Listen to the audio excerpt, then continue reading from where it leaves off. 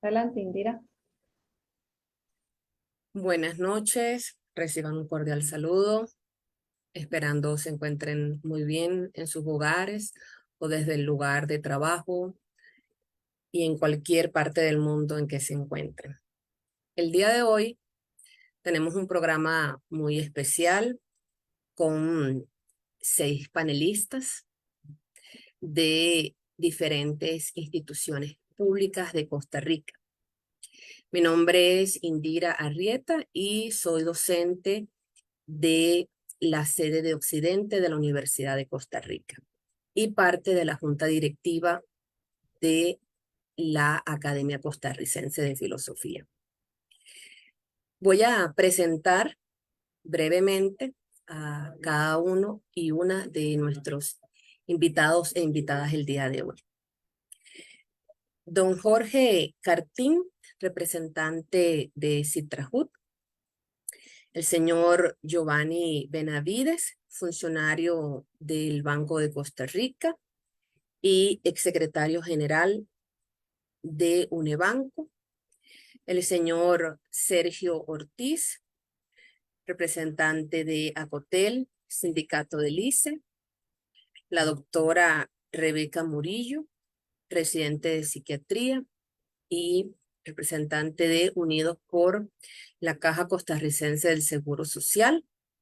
Don Adrián Jaime, docente de la Cátedra de Sociología de la Universidad Nacional Estatal a Distancia y parte de la organización del Frente Nacional de Lucha.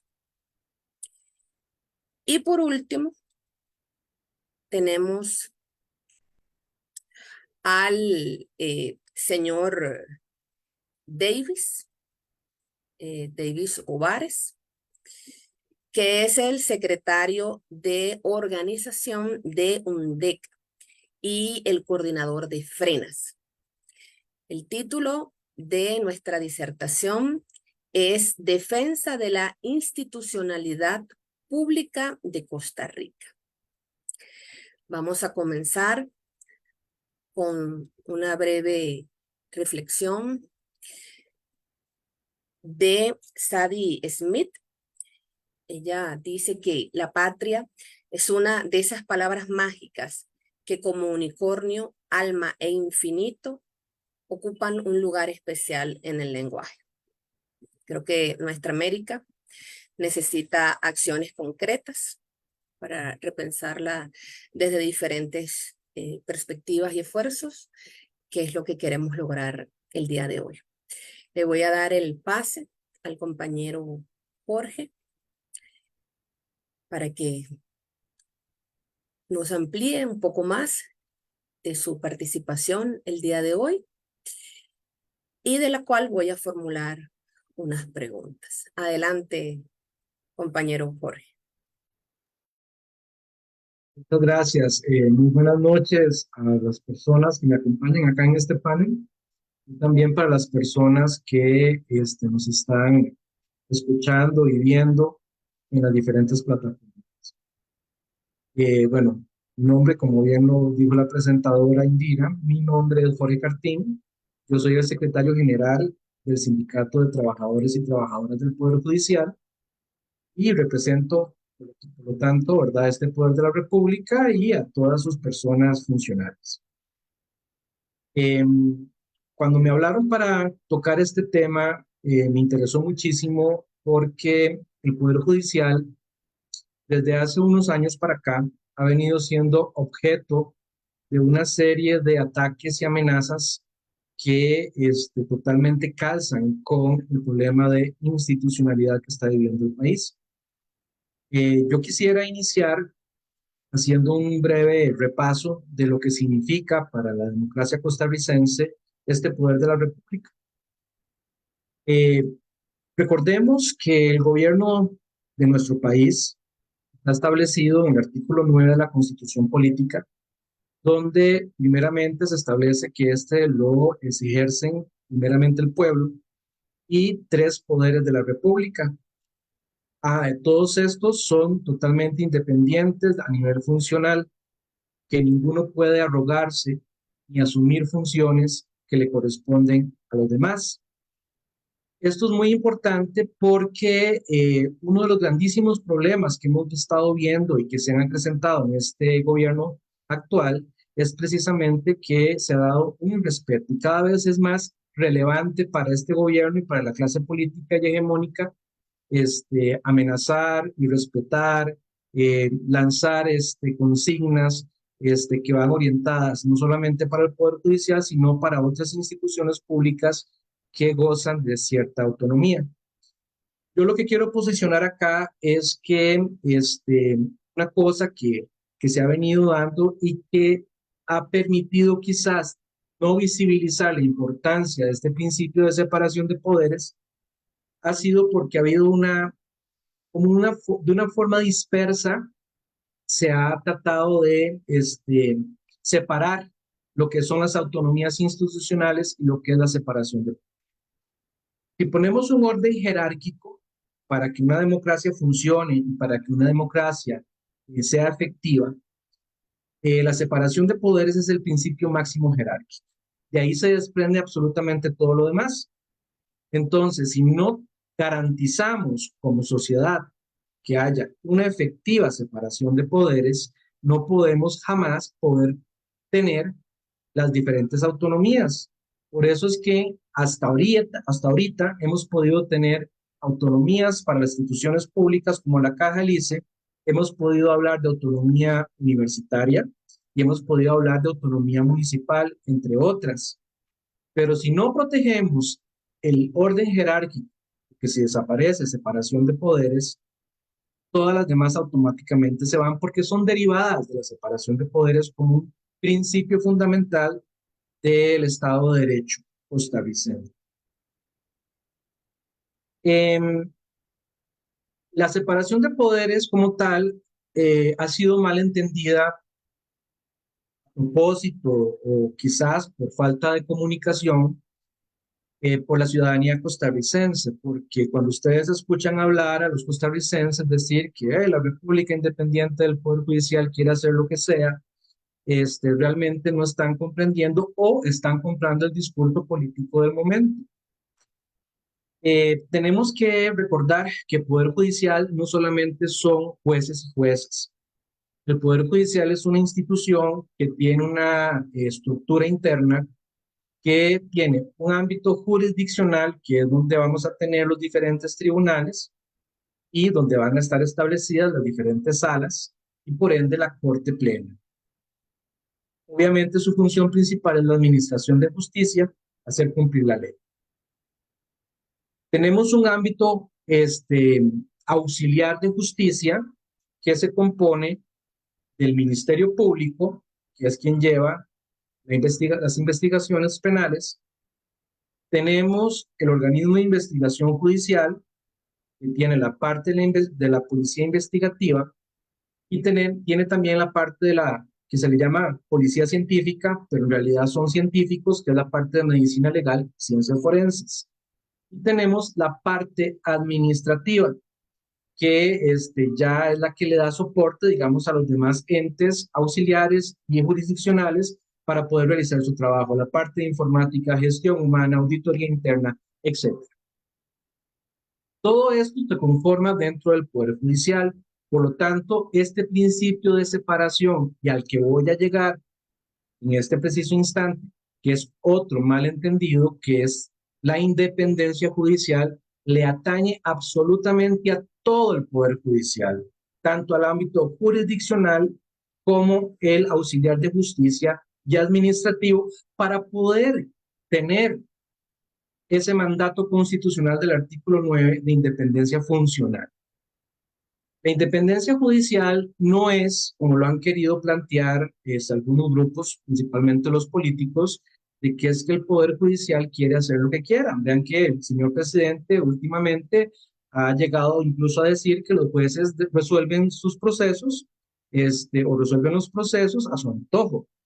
Entonces, esta independencia judicial realmente tiene que verse como una garantía que tienen las personas ciudadanas de que al no haber incidencia política externa ni interna, incidencias de grupos de poder económico internas o externas, al no tener esas cosas que pueden influir en una decisión, ya sea jurisdiccional, de la parte auxiliar de justicia y de la parte administrativa, los costarricenses pueden tener claridad de que sus procesos, sus problemas se van a resolver de una manera lo más imparcial posible. Eso no quiere decir que hayan problemas, eso no quiere decir que hayan fallos, todo es perfectible, nada es 100% siempre efectivo, ¿verdad? Entonces, pero tampoco es que todo está mal.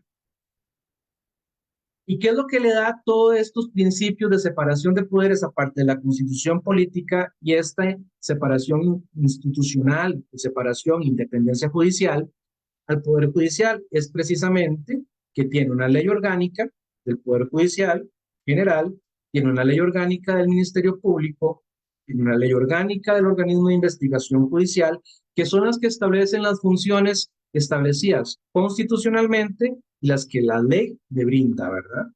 A este poder de la República para ejercer las funciones específicas otorgadas por ley, y ningún poder de la República tiene que venir a rogarse ninguna función de estas. Y por otro lado, viene la parte que le cuesta más entender al poder político y económico y a las personas ciudadanas costarricenses, que es el hecho que para poder garantizar el ejercicio de estas funciones, también tiene que haber una independencia a nivel presupuestario. Una manera de debilitar el Poder Judicial ha sido manoseando este presupuesto de la República, y entonces, a pesar de que están vigentes y no han sido derogadas por ninguna de las nuevas legislaciones que han venido a surgir en los últimos años, como reforma fiscal, marco de empleo público, entre otras, están vigentes aún la ley de salarios del Poder Judicial, que le da autonomía e independencia para decidir sus escalas salariales y para poder decidir, de acuerdo a estudios de mercado y de competitividad para mantener recurso humano y talento humano, sus rangos salariales. Y también le da también la independencia para poder establecer su manual de puestos dentro de lo que es la ley del Estatuto de Servicio Judicial y poder tener sus mecanismos de contratación, que es donde últimamente también el Ministerio de Planificación, más aún con la Ley Marco de Empleo Público, ha querido meter mano en ese aspecto dentro del Poder Judicial. Entonces, esto es relevante y es importante. ¿Por qué? Porque hemos visto que se ha querido debilitar al Poder Judicial y por ende a la institucionalidad costarricense, atacando de diversos puntos, desde diversos puntos. Uno, desde el ataque y el discurso político. Otro, mediante legislaciones que han venido a debilitar, que han venido a hacer más vulnerable el Poder Judicial, como la reforma jubilatoria del 2017, como lo ha sido la reforma fiscal, como lo ha sido la ley antihuelgas y como lo ha sido también últimamente la ley marco de empleo público. Otro aspecto que ha venido a generar un problema y que es realmente peligroso es el hecho de que el sistema de elección de magistrados y magistradas es un sistema totalmente político y no técnico. También se ha puesto en discusión si es correcto que los altos jueces y juezas de la República no se dediquen 100% a resolver asuntos de la jurisdicción y que tengan asuntos que resolver de la parte administrativa, donde tienen que estarse codeando con la clase política de turno. Entonces, eso viene también a generar discusiones importantes de cómo es el mejor sistema para elegirlos, porque es una elección derivada de la política porque la eligen los diputados y diputadas. Y para empezar, ya tenemos un problema de representatividad en la Asamblea Legislativa. También tenemos un problema que yo le llamo de calidad de nuestros legisladores, que cada vez están llegando personas que no tienen claridad de qué es lo que tienen que llegar a hacer a la Asamblea Legislativa, y de ahí puede derivar en malas elecciones de magistrados y magistradas que puedan desde adentro llevar alguna misión política para debilitar esta institucionalidad que he venido comentando. Y en eso nosotros hemos venido trabajando como sindicato, ¿verdad? Hemos tratado de establecer líneas de acción para poder visibilizar este asunto. Desde el 2017 lo hemos venido posicionando, tratando de que la gente nos comprenda, que los políticos de turno entiendan que están actuando de una manera que no es correcta y que nos pone en peligro a todos como sociedad y que no queremos llegar a los ejemplos que tenemos cerca, ¿verdad? No sé si vieron ayer la nota de quien aparentemente ayer en Nicaragua o esta semana en Nicaragua, este, fueron destituidos magistrados y magistradas de la Corte Suprema de Justicia y quien va a asumir esos roles de magistrados en Corte Plena en Nicaragua va a ser la señora vicepresidenta Rosario Murillo. O sea, esas situaciones pasan porque de los tres poderes de la República son un banco de tres patas, por decirlo así.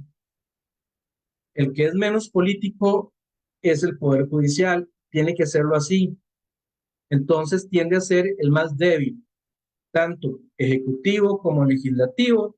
Si son personas las que están allí que no tienen claridad de la importancia de este tercer pilar, de este tercer poder de la República, entonces lo van a empezar a debilitar con ataques, los que he mencionado, y que en el momento en que ese pilar se derrumbe, en el momento en que la incidencia de las decisiones políticas, de lo que se habla en la Asamblea Legislativa, de lo que se quiera en Zapote, tenga una repercusión en las decisiones que se tomen en Corte Plena, en ese momento dejamos de hablar de democracia, en ese momento pasaríamos a un Estado totalitario, pasaríamos a un Estado que perdió totalmente las garantías que nuestros abuelos nos heredaron y que hasta el día de hoy podemos sentirnos orgullosos de nuestra manera de poder resolver cómo vivir en sociedad. Entonces, me reservo los minutos que me quedan para más adelante y para dar espacio para que los compañeros y la compañera planteen sus situaciones desde sus perspectivas y desde sus institutos. Muchas gracias. Muchas gracias a don Jorge Cartín. Muy interesante esta reflexión. Vamos a continuar con don Giovanni Benavides, que es exsecretario general adjunto del sindicato de Unebanco del BCR, es decir, del Banco de Costa Rica. Don Giovanni, antes de comenzar, bueno, hay muchas cosas alrededor ahorita del BCR, ¿no? Está como de moda hablar del BCR, ¿no? Em, hay hay muchas inquietudes, ¿no? Por ejemplo, la venta del BCR, que puede implicar una decisión política y económica que puede tener repercusiones en diferentes sectores sociales. ¿Qué criterios considera usted que se deberían tomar en cuenta para evaluar la conveniencia de esta medida? También, ¿qué considera que pueden ser consecuencias en lo inmediato o futuro para el desarrollo del país, de la estabilidad del sistema bancario en general y de la soberanía nacional? Porque el Banco de Costa Rica es un banco público que tiene o debería tener una responsabilidad social con sus clientes y con la comunidad en general. También plantearse si hay acciones o si se ha discutido acerca de esto que podría realizar el BCR para adaptarse a los cambios tecnológicos que enfrenta el mercado actualmente, ¿no? Y desde la ética y la moral, ¿cuáles serían estos valores que usted, ¿no? Como funcionario actual y exsecretario, general adjunto, ¿no? Eh, ¿Usted pensaría que se deben promover, promocionar? Mira, este es el rumbo, este es el sendero, ¿no? Que debería guiarnos. Entonces, bueno, ahí tiene más o menos una guía Gran guía, y muchas gracias. con gusto, adelante. Bueno, primero que todo, muy buena noche, Indira, compañeros panelistas y seguidores del programa Alternativas.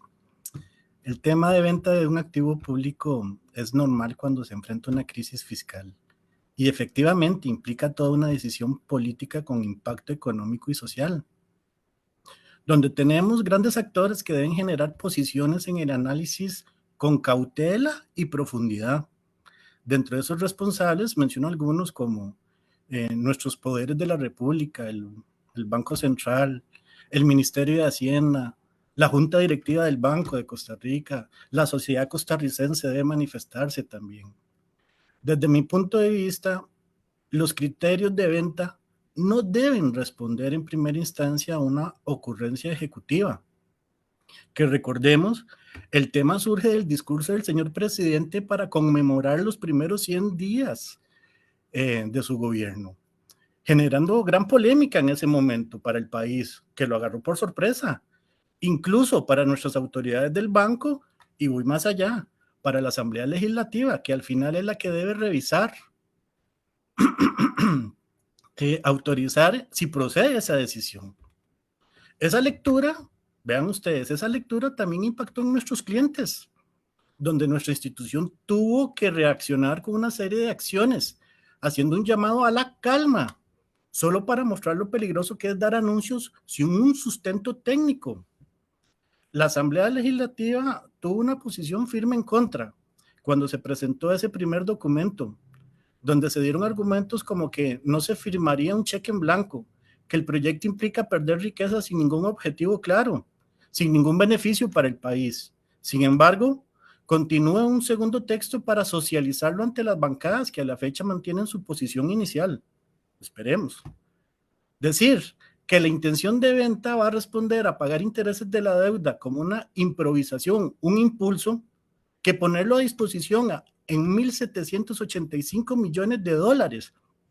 Era lo prudente por una estimación realizada con una serie de limitaciones y supuestos fuertes que ellos realizaron. Al menos a los que nos gusta la parte financiera, nos preguntamos, ¿de dónde sacó ese monto? Y concluimos que si eso no es más que desvestir un santo para vestir otro. Tampoco la decisión de venta no puede ser promovida para destinar esos recursos a gastar en sueldos, salarios y otros desembolsos que coyuntural y estructuralmente nos agobian día con día. Antes, esta intención de venta debe estar enmarcada, a mi parecer, dentro de un planteamiento y de un diseño del Estado costarricense. El ser ocurrentes o ejecutar remiendos porque a mí me parece o porque ahora mando aquí, conlleva el fracaso. Toda gestión debe tener un orden, un protocolo, un cumplimiento de procesos, una seriedad cuyo objetivo beneficia siempre el desarrollo y el crecimiento productivo del país. Los diversos involucrados deberían discutir y aportar con seriedad a la planificación de ese diseño. Temas como la estrategia futura para controlar el déficit fiscal, una propuesta responsable y visionaria de reforma del Estado como la tuvimos en el 48, las fuentes de empleo para nuestras futuras generaciones, la salud, la seguridad financiera y ciudadana que ahora estamos viviendo. Son algunos ejes de valoración, un contexto único y de creación real de lo que queremos como país. No podemos alternar posiciones. Cuando se sugiere la venta de un activo público, no vemos por ningún lado si se considera su situación estratégica. Solo vemos y escuchamos los de a favor por la premura que conlleva la idea sin sustento viable y la réplica de los que están en contra.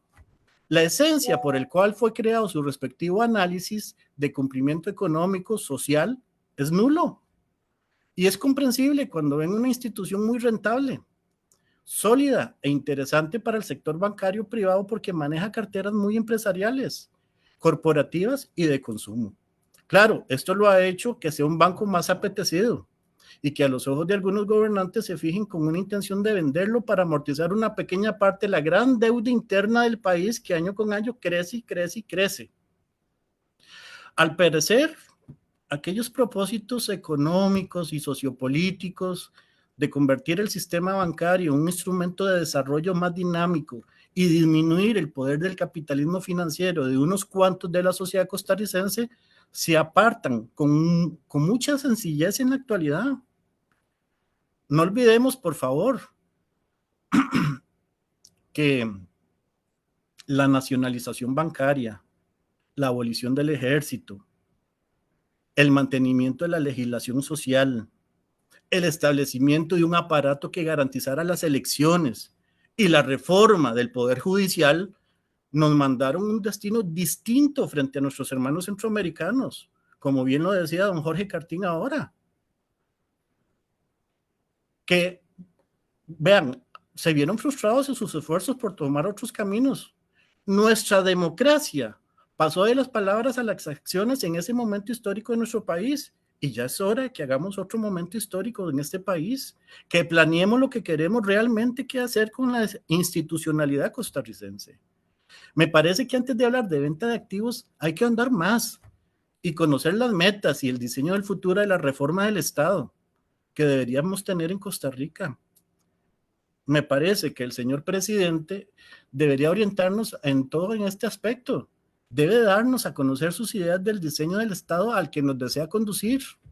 Los grandes problemas y las soluciones difíciles deben de enfocarse de primero. La unidad social, el diálogo respetuoso, la negociación y no un clima de tensa agitación debe prevalecer para pensar con frialdad y precisión en los intereses superiores de Costa Rica y en la solución a sus dificultades. Un pleito prolongado de ideologías, posiciones extremas o convenientes para unos cuantos no conduce a soluciones razonables y nos mantiene en un estado deficiente. El norte debe estar orientado a buscar los beneficios para Costa Rica.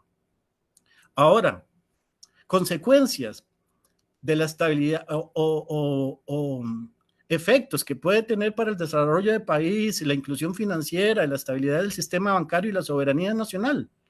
Vea, me parece que se debe realizar toda una radiografía del banco para comprender las consecuencias en términos económicos, sociales y de eficiencia estatal.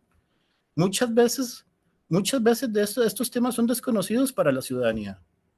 Por eso considero yo que es importante que ahora que están las redes sociales y todos estos temas de verdad, plataformas tecnológicas, de ahí hay mucha información. El banco año a año sube memorias anuales con toda una serie de información interesante de lo que sucedió en ese año para la institución.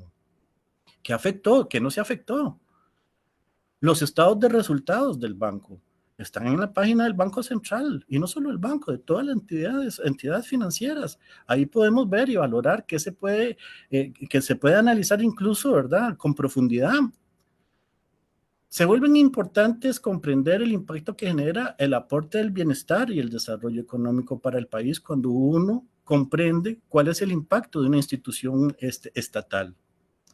Vean, el banco este año cumplió 146 años de existencia. Es el banco más antiguo y producto de sus buenos resultados, y como referencia podríamos tomar los últimos 4 años, del 2018 al 2022, porque de ahí todavía estamos en el 2023 y no lo hemos cerrado. Pero el BCR ha aportado más de 65,000 millones de colones en contribuciones parafiscales. ¿Qué son las contribuciones parafiscales? Bueno, de ahí precisamente son aquellos rubros que después de utilidades el banco otorga a la Comisión Nacional de Préstamos de Educación, CONAPE, en un 5%, a la Comisión Nacional de Emergencia, al Seguro de Invalidez, Vejez y Muerte, que le da casi un 15%, le da un 15%, al Instituto Nacional de Fomento Cooperativo, le da un 10% de sus utilidades, y adicionalmente ha pagado más de 60,000 millones por conceptos de impuestos sobre la renta, y se continúa impulsando un modelo sostenible, socialmente comprometido con sus partes interesadas y en armonía con el ambiente. La entidad se encarga de administrar varios servicios, como timbres, impuestos de salida, marchamos, lotería. Él es la encargada de administrar el peaje bancario con el fin de financiar los créditos pymes del sistema de banca para el desarrollo. Nuestro principal activo es la cartera de crédito, que representa casi un 57% del total de activo del banco.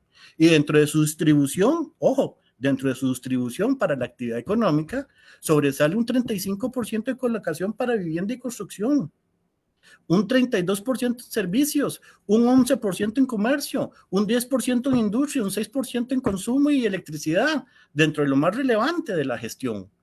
Es el banco público o privado con más oficinas a lo largo del territorio nacional. Tiene 166, con al menos una tercera parte fuera de la gran área metropolitana. Otorga empleo a 4.300 costarricenses sin contar proveedores y contratos en outsourcing. Representa casi un 20% del mercado financiero. Ha colocado a disposición de los tarjetavientes a lo largo de nuestro país más de 592 cajeros automáticos. Y ojo, con más de 4.600 puntos Tucán, donde no solo se benefician los corresponsables bancarios, pymes, sino que permite impulsar procesos de bancarización y accesibilidad, sumando a Punto País en apoyo a la prestación social de trámites públicos, como la gestión de licencias y pasaportes. Ha sido un banco impulsor de las tendencias tecnológicas del mundo en el país, con sus diversos productos y servicios de transformación digital. Es un conglomerado que no depende del presupuesto nacional para subsistir, genera sus propias utilidades, y con eso le hacemos frente a la competencia y a las diversas necesidades de los costarricenses. Estamos en mejora constante, cumpliendo al 100% con los niveles regulatorios y de transparencia que, como decía ahora usted, Indira, sí, somos parte del ojo del huracán en estos tiempos. Para todo es el BCR, todo lo que pasa es el BCR. Y gracias a Dios tenemos ese personal totalmente comprometido en hacer las cosas de la mejor manera. Y por eso, de ahí, tuvimos la posibilidad de cumplir al 100% esos procesos regulatorios. Todo lo anterior demuestra lo que es un banco que impacta a la sociedad costarricense. Imagínense lo que es representar el 20%, solo el 20% del gran pastel del mercado financiero. El impacto que nosotros podríamos tener al irnos, de ahí afecta las tasas de interés, genera presión sobre la inflación. Entonces ahí tenemos que tener cuidado con las decisiones a las horas que te vamos a tomar, si es que el día de mañana ese tema se ventila nuevamente en la Asamblea Legislativa. Gracias. Muchas gracias a don Giovanni Benavides. Quedaron más preguntas a partir de esa respuesta, que más adelante vamos a retomar. Vamos a continuar con el señor Davis Juárez. Don Davis, antes de su intervención, quisiera comentar o plantear las siguientes inquietudes. ¿Cómo usted cree que puede fortalecerse la capacidad de negociación y movilización de UNDECA frente a la represión y criminalización de la protesta social que ejerce el gobierno actual y los medios de comunicación?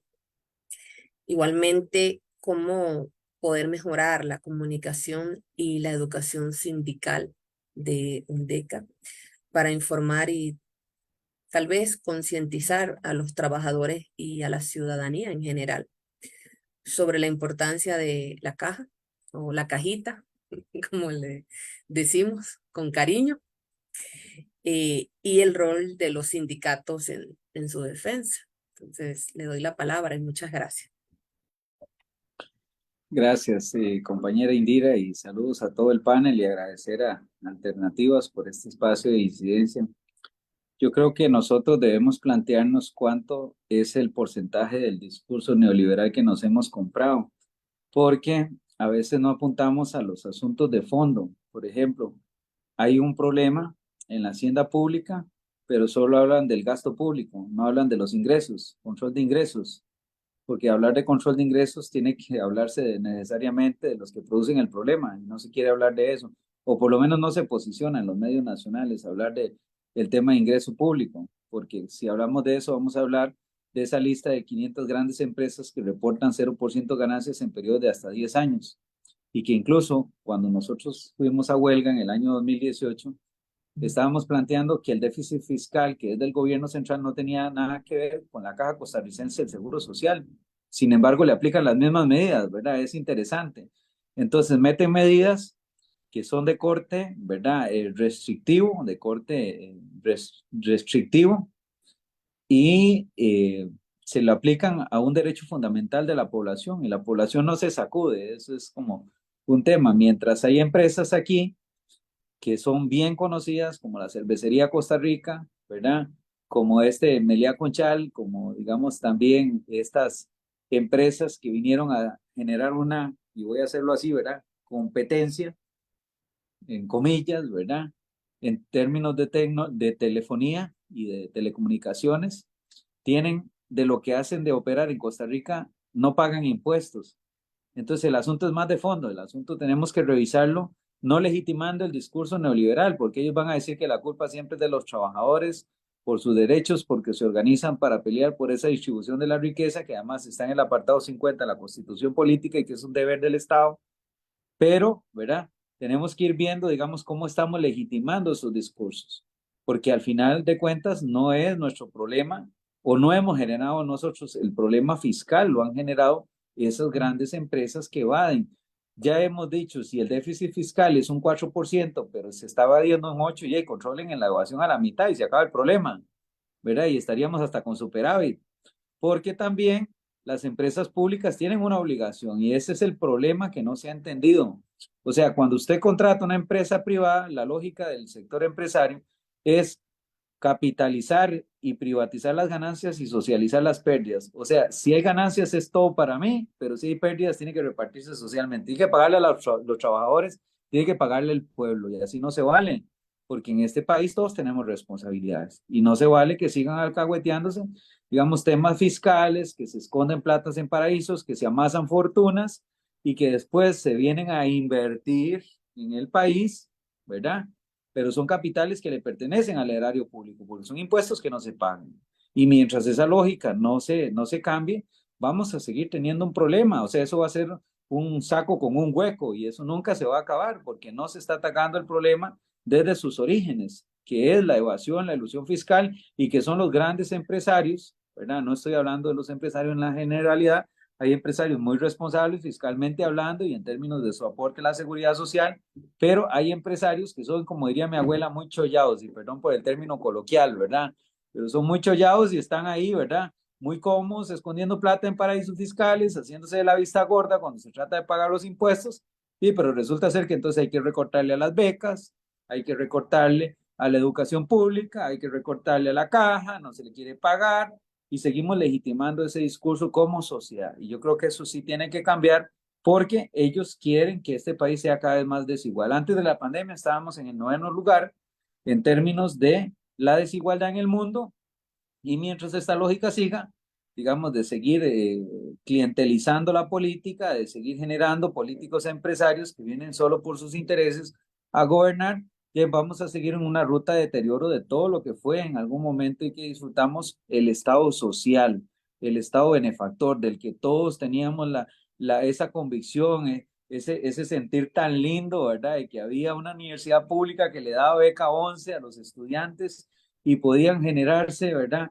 Buenos profesionales de excelentísima calidad sin tener que aportar desde sus propios recursos, porque lo hacían con una beca que pagábamos de nuestros impuestos. Obviamente, en términos de la lógica capitalista y neoliberal, esto no suena muy bien, porque la lógica del capital siempre es socializar las pérdidas y privatizar las ganancias. Entonces tenemos que hablar de esas cosas también, porque si no, no vamos a ir al meollo del asunto. Y este país también ha sido objeto de un alto endeudamiento para generar obra pública cuando estamos pagando impuestos, que yo considero que eso no se justifica, y menos que sabemos en qué terminan esos préstamos, terminan en asesorías, terminan también, ¿verdad?, en casos de corrupción, terminan en obra pública que se deteriora porque no se ofrece la calidad que debe ofrecérsela, y al final son impuestos que nos vienen a cargar nuevos impuestos, ¿verdad? Son cargas tributarias nuevas, como pasó en el 2018, que tuvieron hasta la desvergüenza, la desfachatez, el cinismo de decir que a los empresarios evasores se les iban a dar amnistías tributarias, mientras que a los trabajadores se nos iba a cargar y al pueblo se nos iba a cargar hasta la canasta básica. Esa es la Costa Rica en la que vivimos, una Costa Rica cuya política se orienta a un modelo explotador, a un modelo que concentra la riqueza, a un modelo que no le hace bien a las amplias mayorías, a las amplias capas de la población, y que al final de cuentas, digamos, nos cargan tributariamente todas las cosas a los trabajadores con salarios congelados, con salarios que se deterioran, que no hay competencia a nivel de la remuneración del trabajador, y que eso lo que va a generar es más pobreza y más desigualdad. Y nosotros tenemos que pensar en qué nosotros vamos a hacer como sociedad con este tipo de políticas. Pero en cuanto a la caja, nosotros, ahí un poco atendiendo tus preguntas, ¿verdad? Nosotros hemos pensado, ¿verdad?, que se tiene que educar a la población, que se tiene que, ¿verdad?, alfabetizar políticamente a la población, o sea, que la población entienda dónde está el problema, porque si realmente hasta los mismos trabajadores están convencidos de que el problema son las reivindicaciones salariales y la mejora en los salarios para que haya salarios de competencia, y pues entonces se va a tender a seguir quebrantando los derechos, a seguir, digamos, legitimando políticas desiguales y a seguir generando más desigualdad en el país. Y además de eso, tal vez, Indira, si usted me recuerda la segunda pregunta, yo le agradezco para poder referirme, ¿verdad? Y poder hacer este intercambio, digamos, un poquito de manera más amplia. Claro que sí, mucho gusto.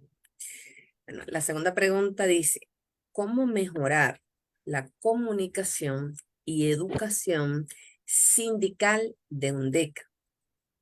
Vamos a imaginar esto como una escuela de formación para informar y concientizar. Ahora, yo entiendo que la palabra concientizar es como transformar. Y usted mismo lo dijo allí, bueno, hay que educar a la población o reeducar. Pero ¿cómo reaprender algo?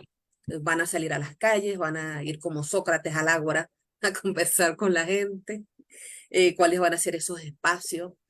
¿Cuál es el público cautivo? ¿Cuáles son las herramientas que se van a emplear en esta cruzada? ¿No? Sí, Em, vamos, bueno, disculpa que lo interrumpe, ¿no? no se Que le preocupe, interrumpa ¿no? un toquecito allí, ¿no? No, porque, bueno, tenemos dos poblaciones, vamos a decir, los trabajadores y tenemos la ciudadanía. Y ambos, ¿verdad? De cualquier extremo donde estén, van a salir afectados. Y Sí. entonces tenemos también a la caja, ¿verdad? Y tenemos el rol de los sindicatos que deberían ir en su defensa. Adelante. Sí, gracias.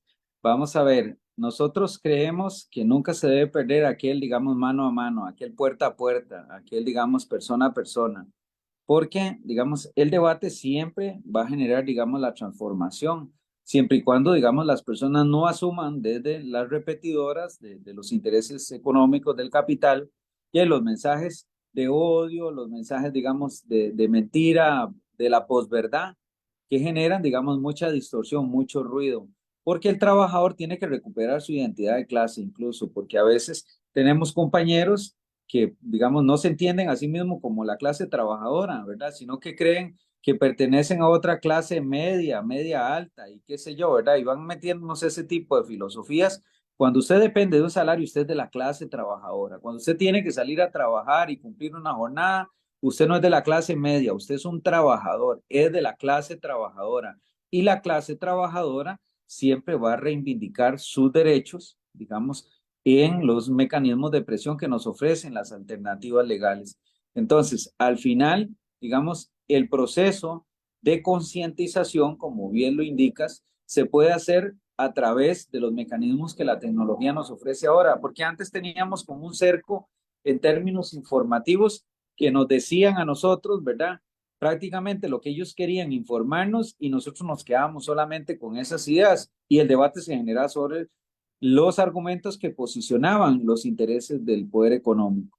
Pero ahora tenemos las redes sociales y tenemos una posibilidad de incidencia, tenemos el persona a persona, los trabajadores públicos interactuamos con personas, tenemos familia, estamos en las comunidades, somos muchos dirigentes comunales y podemos, digamos, generar el debate con otras ideas desde esos espacios de incidencia en los que nosotros nos desenvolvemos y en los que nosotros estamos. Y hay que hacer el esfuerzo, porque ciertamente, si hacemos autocrítica, nosotros nos hemos descuidado en muchos de esos aspectos y hemos permitido que se posicionen, que se generen los otros discursos, que son discursos planificados incluso en laboratorios, ¿verdad? De comportamiento humano que orientan, digamos, las decisiones políticas y, digamos, la desinformación, porque no voy a decir que eso es información, hacia generar, digamos, las condiciones en una sociedad, o sea, para que esté, digamos, legitimando este tipo de políticas que son contrarias a sus derechos y a sus intereses, o para que esté repitiendo ese mensaje, digamos, en términos de, digamos, ayudar al capital a posicionar, porque es lo único que tiene. Entonces, nosotros aquí en UNDECA hemos aprovechado mucho las redes sociales, hemos aprovechado, digamos, las visitas de campo a los centros de trabajo, salimos a hablar con los trabajadores, les decimos los riesgos en los que está la Caja Costarricense del Seguro Social.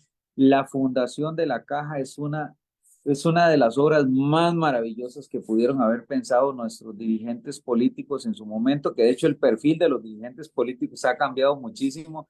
Antes usted veía gente que era política, pero porque se dedicaba realmente a la política. Ahora son empresarios que se dedican a la política, pero que tienen su visión de empresarios. Entonces el Estado ya no es para la gente, ¿verdad? Sino es para sus intereses corporativos, empresariales. Y eso es otra de las cosas que nosotros tenemos que valorar como sociedad. ¿A quiénes estamos escogiendo? Personas que esconden 40 millones de colones debajo de una escalera y que no tienen cómo justificarlos, personas que llegan a obtener las primeras licencias para la producción de cáñamo para ganarse 15 mil millones al día, personas que orientan la legislación nacional para seguir evadiendo impuestos, personas que generan política pública para generar la ruta del arroz, ¿verdad? Y para generar, digamos, la concesión de obra pública, que es un nicho de corrupción, y son personas que tienen intereses, digamos, no sobre un colectivo. Y el Estado tiene la obligación, está en el artículo 50, yo no estoy inventando agua tibia, tiene la obligación de generar políticas para que haya igualdad y para que no haya concentración de la riqueza en los países. Sin embargo, Costa Rica estaba en el 9º lugar antes de la pandemia. Entonces nosotros tenemos que incidir y tenemos que tomar mejores decisiones electorales. ¿Por qué no?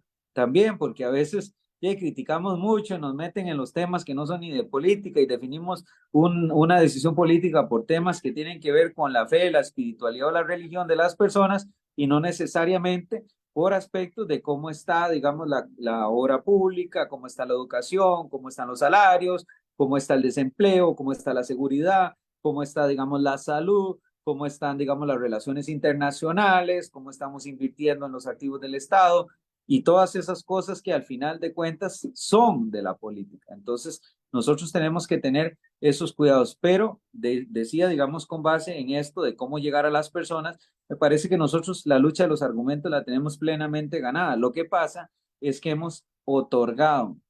Hay un refrán popular, a ver si ustedes me ayudan, que dice que el que calla, ¿verdad? Otorga, ¿verdad?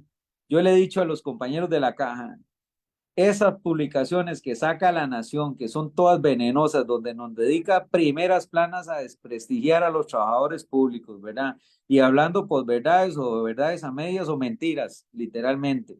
Esas publicaciones, el día en que somos una planilla de 65,000 trabajadores, el día en que 25,000 trabajadores hagamos comentarios en la página de esas publicaciones y les digamos la verdad, porque La Nación apareció en los papeles de Panamá, ha tenido juicios en este país por evadir sus obligaciones en la hacienda pública y demás. El día que nosotros les digamos, ustedes no tienen ninguna autoridad moral para venir a señalar a los empleados públicos porque ustedes son evasores de impuestos, porque ustedes no nos han hablado con la verdad, porque ustedes desprestigian a los servidores públicos para legitimar un sistema que nos empobrece, que nos asedia, que nos criminaliza, que además nos crea desigualdad. Ese día yo creo que se va acabar muchas de esas publicaciones, pero tenemos que hacer el contrapeso argumentativo, porque de alguna manera tenemos que hacer la autocrítica y decir hasta qué momento nosotros hemos permitido que sean otras las ideas que se posicionen y no las de la verdad que nos asedia todos los días y que nos genera estos estados de pobreza, digamos, de deterioro de las condiciones salariales, de deterioro de la condición de vida, porque se vale mucho hablar de privilegios cuando se trata de los neoliberales, ¿verdad? Porque hablan de los privilegios de los salarios del sector público y empiezan a hablar de todo lo que usted logra conquistar con la organización, pues digamos fuera de lo que establece el Código de Trabajo, pero nunca hablan de los privilegios fiscales de esas empresas que pasan hasta 10 años sin reportando cero ganancias, nunca hablan de las empresas que, digamos, montan una gran, digamos, empresa y no tienen que cumplir todos los requisitos que sí le piden al pequeño y mediano empresario. Entonces, solamente para terminar ya, yo sé que tal vez me extendí un poco y pedir disculpas por eso, ¿verdad? Pero nosotros tenemos que entender que todo lo que sean empresas estatales es inversión social. Las empresas estatales tienen la obligación de todas las ganancias que generen, esas tienen que repartirlas en el bien de la sociedad. Por eso el Instituto Costarricense de Electricidad, y me le estoy metiendo en el tema a Sergio, ¿verdad? Tiene la posibilidad de invertir donde una empresa privada no invertiría en cableado, en posteo y en, digamos, en todo lo que conlleva llevar alumbrado público y llevar, digamos, internet y conexión a una comunidad que solamente tiene 25 casas. Eso no lo haría una empresa privada. No lo haría, digamos, una empresa en salud que sabe el costo que tiene para darle a una persona una operación que le va a llegar a costar solamente un aporte solidario en su en un aporte porcentual de sus ingresos como trabajador. Entonces, hay una gran diferencia en esto y con esto quiero cerrar. Las instituciones públicas, todas las ganancias que tengan las van a tener que invertir socialmente. Todas las empresas privadas, las ganancias que tengan, las van a capitalizar una, dos o tres personas o una sociedad de 8 miembros de una junta directiva. Y en eso nosotros tenemos que reflexionar y darle importancia a nuestras instituciones públicas, que es el tema que tenemos hoy acá. Porque al final, si nosotros dejamos que los mejores negocios del Estado, las telecomunicaciones, los hidrocarburos, todo lo que son también, digamos, la salud, la educación y todo eso, quede en manos privadas, esas ganancias no se van a repartir socialmente, porque no existe esa obligación, se van a capitalizar y van a quedar en manos de pocas personas, generando más desigualdad en ese país. Y tenemos que pensar realmente si nosotros eso es lo que queremos para las futuras generaciones, porque nosotros, y perdón por el término coloquial, hemos rajado de ser la Suiza centroamericana, hemos rajado de ser el país más feliz del mundo y andamos con esos discursos que nos han querido meter en términos, digamos, de otros intereses, pero la verdad es que esa Costa Rica, que por sus instituciones públicas generó un estado de bienestar, ya está quedando prácticamente en un puro cascarón. Y disculpen, de verdad, si me extendí, soy muy coloquial a veces a la hora de plantear cosas, pero me gusta que la gente me entienda, por eso soy así tan coloquial. Muchas gracias, don Davis. Muy interesante. Con base a esto que usted responde en su análisis, yo quisiera preguntarle a don Jorge, que es el representante acá de Citrajut, ¿verdad? Del Poder Judicial, en esta tónica de ir de casa en casa o de boca en boca, como dijo don Davis, ¿no? Para dar a conocer qué es lo que están haciendo estos sindicatos o estos grupos, ¿no? sociales. Primero, por sus agremiados o por sus miembros y por la población en general. Que bueno, don David da sus argumentos, pero por ejemplo, Citrajut, ¿qué tiene que decir al respecto de esto? Muchas gracias. Bueno, primero, nosotros a lo interno, como organización, bueno, primero no trabajamos solos, tenemos por dicha otros gremios dentro del Poder Judicial que juntos, que son 4 sindicatos más que trabajamos juntos en lo que denominamos la Alianza Sindical del Poder Judicial. Y es, digamos, el ente que hemos estado utilizando cuando tenemos que salir fuera del Poder Judicial a defender posiciones. Y lo hemos hecho desde el ámbito interno, ¿verdad? Concientizando y socializando estos conceptos con la comunidad del Poder Judicial, con la clase trabajadora del Poder Judicial, porque para poder defenderlos ante la ciudadanía costarricense tenemos que tener claras esas consignas y esos preceptos dentro, ¿verdad?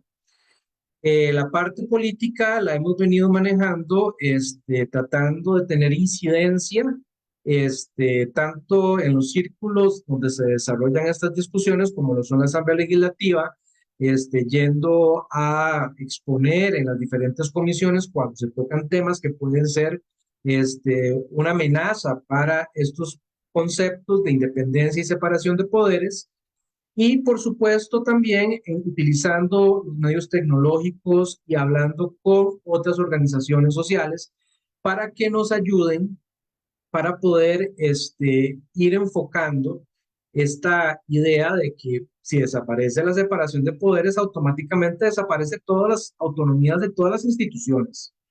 O sea, porque a veces, una vez en la Universidad de Costa Rica, que me invitaron a un foro, bueno, todo giró en autonomía universitaria. Y yo les hacía notar eso. Ustedes han entendido que en el momento en que la separación de poderes en este país desaparezca, la autonomía universitaria hace así, tras de la separación de poderes. Entonces, no podemos, como organizaciones sociales, simplemente dejar de lado estos aspectos para defender únicamente situaciones institucionales. Tiene que ser tiene que ser un trabajo conjunto de todas las organizaciones de las distintas instituciones. Por eso, digamos, yo celebro ahora que ya se conformó y que tenemos más músculo para trabajar en el Frente Nacional de Lucha, que ya existe por lo menos un foro de institucionalidad, donde están representantes del Poder Judicial, de las universidades, del ICE, de la Caja Costarricense del Seguro Social, porque este es un tema que no lo podemos defender como universidades, por un lado, dejando de lado régimen municipal, municipalidades dejando de lado autonomía de la Caja, Caja defendiéndose sola, dejando de lado el Poder Judicial. No, esto es un asunto que tenemos que trabajarlo y tenemos que hacer un trabajo más fuerte para que primero estemos totalmente seguros de que esa es la ruta que tenemos que buscar para defender la institucionalidad costarricense y después también para poder con esa seguridad y ese convencimiento transmitir el mensaje tanto a los políticos como a la sociedad costarricense en pleno. Entonces, eso lo hemos venido haciendo en este tipo de programas, de espacios. Cuando tenemos una oportunidad de poder hablar de este tema, lo hacemos en radio, lo hacemos en nuestros programas de streaming, lo hacemos mediante campañas de redes sociales y demás, que han tenido bastante incidencia, pero el trabajo es arduo y todavía falta, ¿verdad? Porque uno ve los comentarios en redes sociales de las personas, aunque podríamos pensar que son troles, ¿verdad?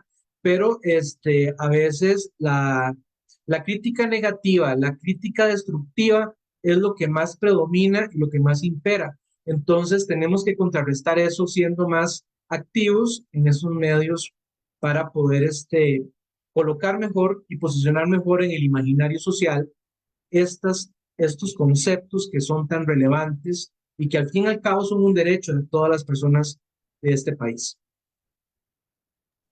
Muchísimas gracias a don Jorge, representante de Citrajut. A propósito, ya que comentaron sobre el Instituto Costarricense de Electricidad, tenemos aquí a don Sergio Ortiz Pérez, que es representante de Acotel. Y antes de su intervención, quisiera plantearle también algunas interrogantes.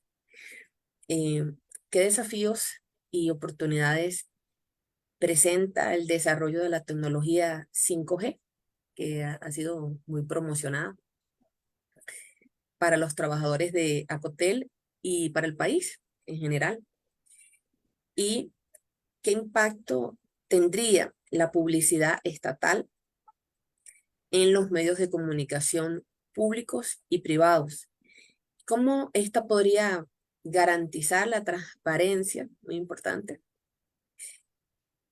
y la rendición de cuentas en el uso de fondos públicos, ¿no? Porque yo siempre imagino un tipo de observatorio de ética, ¿no? Donde nos están vigilando para que actuemos de forma correcta.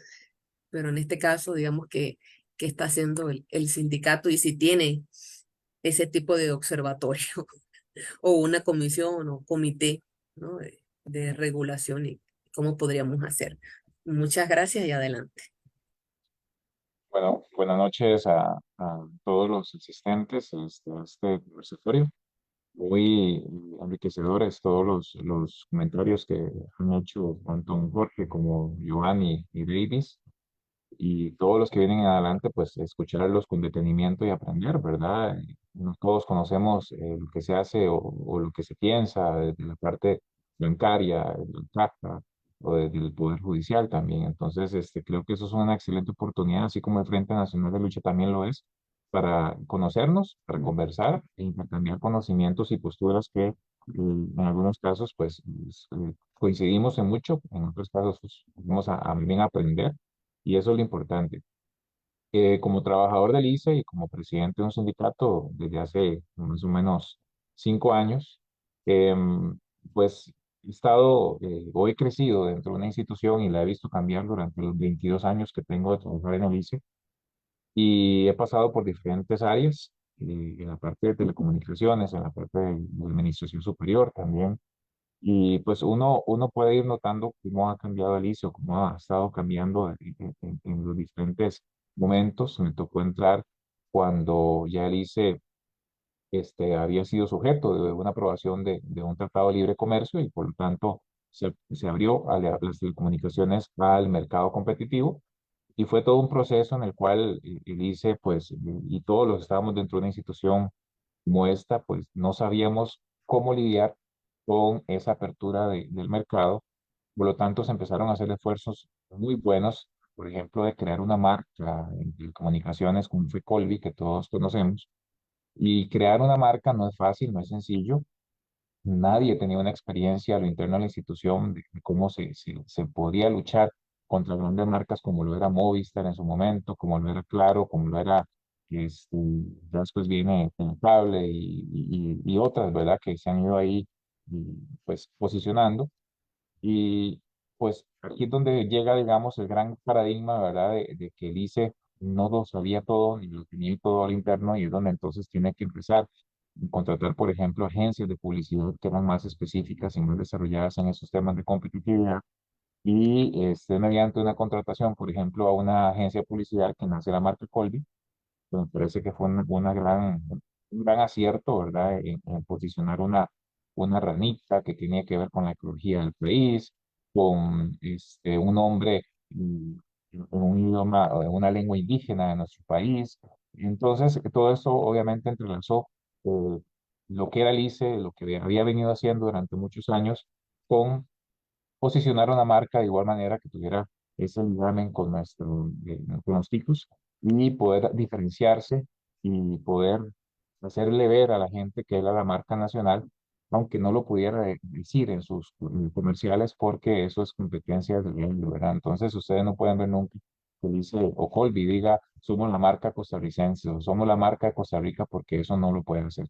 Entonces hago este comentario porque el ICE ha sufrido muchos cambios y digamos que, así como el INS, hemos tenido que empezar a digerir y tragar algo que tal vez en algún momento no hubiésemos querido, como es la competencia y la apertura del mercado de las telecomunicaciones. Sin embargo, esa fue la decisión que se tomó en el TLC, un TLC sumamente pues también complicado y que todos podríamos sentarnos aquí una noche a dialogar sobre cómo fue ese TLC, si fue bueno, si fue transparente, si fue honesto, cómo lo trataron algunas empresas grandes de manipular a sus empleados y lo lograron probablemente y los amenazaron también. Podemos recordar el referéndum, perdón, el memorándum del miedo, etcétera. Y bueno, al fin y al cabo, pues el resultado fue que se abrieran las telecomunicaciones y que se aprobara el TLC. En ese pues, entorno que ha venido cambiando en el ICE, eh, hemos visto cómo evolucionamos de los celulares que tenían pocas personas, que eran unos ladrillos grandotes, que creo que todo el mundo se acuerda acá, a pasar a tener listas de espera para la gente que quería su primer celular en tecnología GSM, que eso era 3G, y después venimos al 4G, que estamos actualmente todos sacándole el provecho a esta tecnología, y viene ya la quinta generación, esta evolución de lo que es telefonía móvil, que es el 5G. Y la pregunta que usted me hace, ¿qué desafíos y oportunidades tenemos los trabajadores del ICE y por el país en general? Pues el 5G es una revolución tecnológica muy grande. No es como que comparemos 3G con 4G, sino que es 100 veces más ese cambio. No es solamente que vayamos a tener una mayor conexión y velocidades en nuestros celulares y que vamos a tener una menor latencia. La latencia es el tiempo que tarda una información en ir y venir, que va a ser en milisegundos. Y eso obviamente abre la puerta a otro tipo de negocios, como por ejemplo la telemedicina, como por ejemplo la coordinación del desarrollo agrícola mediante grandes conexiones de equipos agrícolas que se pueden conducir automáticamente con una conexión satelital o una conexión remota. Aquí también viene la parte en la industria, redes de sensores, los vehículos autónomos también. Y todo esto es una gran apertura y que hayan diferentes o más aparatos conectados a la red. Esto va desde incluso tener la refrigeradora de la casa conectada a la red para que nos diga inclusive la refrigeradora que ya venga diseñada para decirnos si nos falta leche, si nos faltan huevos, si nos falta mantequilla. Podemos conectar también nuestras tenis que utilizamos para correr. Davis, que le gusta correr, por ejemplo, va a tener sus tenis conectadas a la red y los tenis le van a poder decir un montón de detalles de su peso, de la sudoración, de los kilómetros que ha caminado y todo eso va a estar interconectado a una identidad que es Davis y Davis va a poder entrelazar todos esos datos y poder tomar decisiones. Esto lo que hace, evidentemente, es un reto para todos los costarricenses y para el país en general para desarrollar diferentes economías en diferentes industrias y también un reto para las personas porque va a tener disponible tanta información y esa información va a estar tan disponible en la red que también va a ser un desafío a nivel de ciberseguridad. Vamos a tener todos los datos nuestros conectados en una nube y eso también evidencia que probablemente no vamos a estar preparados para poder digerir esa tecnología rápidamente. Entonces, para el país en general es un gran salto y por ende todos los países del mundo están aportando todos sus esfuerzos para que esta red se despliegue de la mejor manera. Hay una guerra comercial que ya sabemos que existe entre Estados Unidos y China y de la cual Costa Rica no se escapa y por eso el decreto que recientemente vimos en el que pues se dijo que no puede implementarse tecnología china en nuestro país porque tiene que ver mucho con la ciberseguridad, porque resulta que los chinos tienen leyes en sus países en los cuales obligan a sus empresas, si el Estado chino se los pide, intercambiar información de sus empresas, inclusive incluyendo las empresas de telecomunicaciones como Huawei.